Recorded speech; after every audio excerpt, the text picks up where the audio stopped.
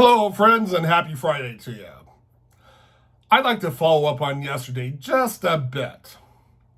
As expected, I did get a couple of those messages that said, "You're tempting fate. You shouldn't be saying you never get sick." Here's my reply.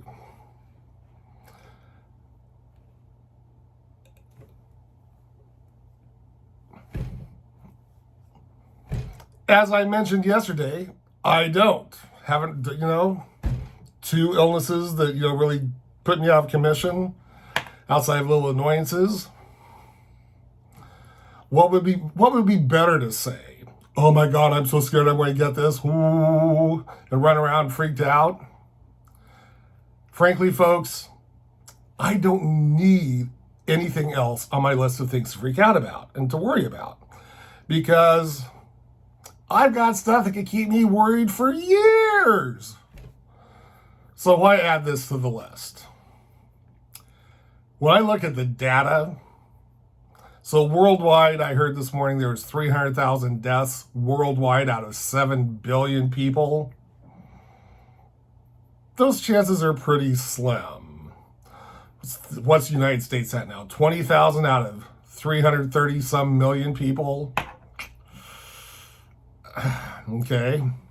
And then they have found in the studies, I've heard this on a couple different news programs, half the people who test positive for the virus never showed any symptoms. 30% had mild symptoms and 20% had severe. And a very small percentage of the overall group actually ended up dying. So that just doesn't rise to the level of causing me to have to be in fear and worry a lot. Now, that's not to say that I'm going to go off and do foolish things. As you all know, I'm a part-time driver for Metro here, and that puts me at higher risk of contracting this virus than people who are just getting to stay home all day.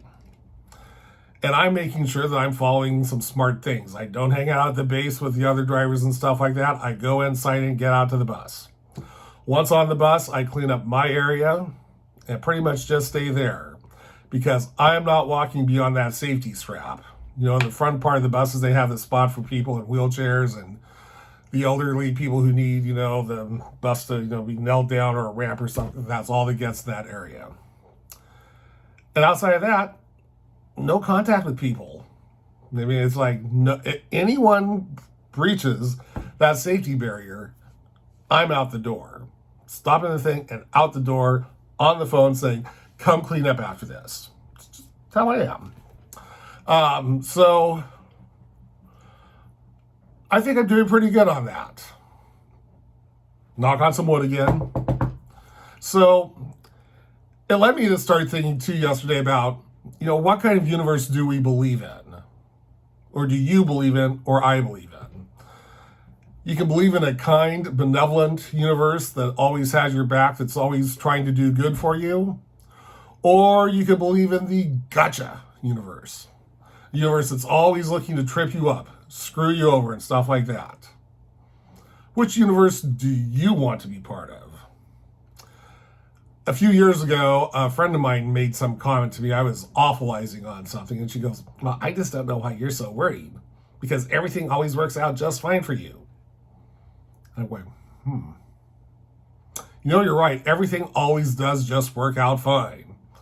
Despite all the worry and all the grief I cause myself, not someone else, but this dude right here, things just always seem to work out.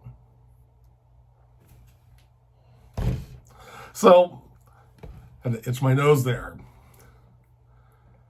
I've done all these courses. I've done lots of this self-help stuff. I did spiritual studies at Center for Spiritual Living, looking at the roots of what's our self-help movement and where that stuff came from.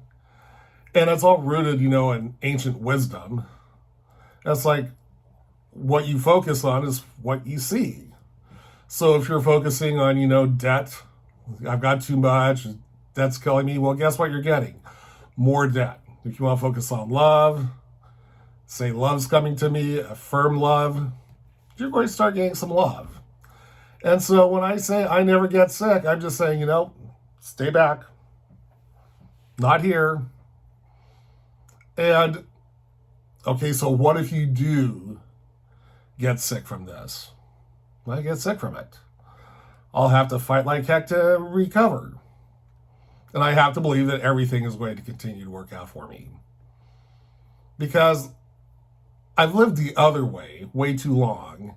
And I think part of this whole process that we're going through right now is to say, yo, let's take a look here. The way you've been thinking, it hasn't worked. You've learned all this other stuff. When would now be a good time to choose a different way? And so that's part of what I'm hoping to come through this with. That, post CV19, I am much more open to the benevolent universe that's there for me, that's always got my back, and will take care of me, versus the gotcha, screw you over kind of universe. So ultimately, the choice is yours. And mine. Ultimately, the choice is mine. And for you, the choice is yours. So with that, I wish you all a very happy weekend. Get some rest. Do something good for yourself. And I'll see you next week. Peace, friends.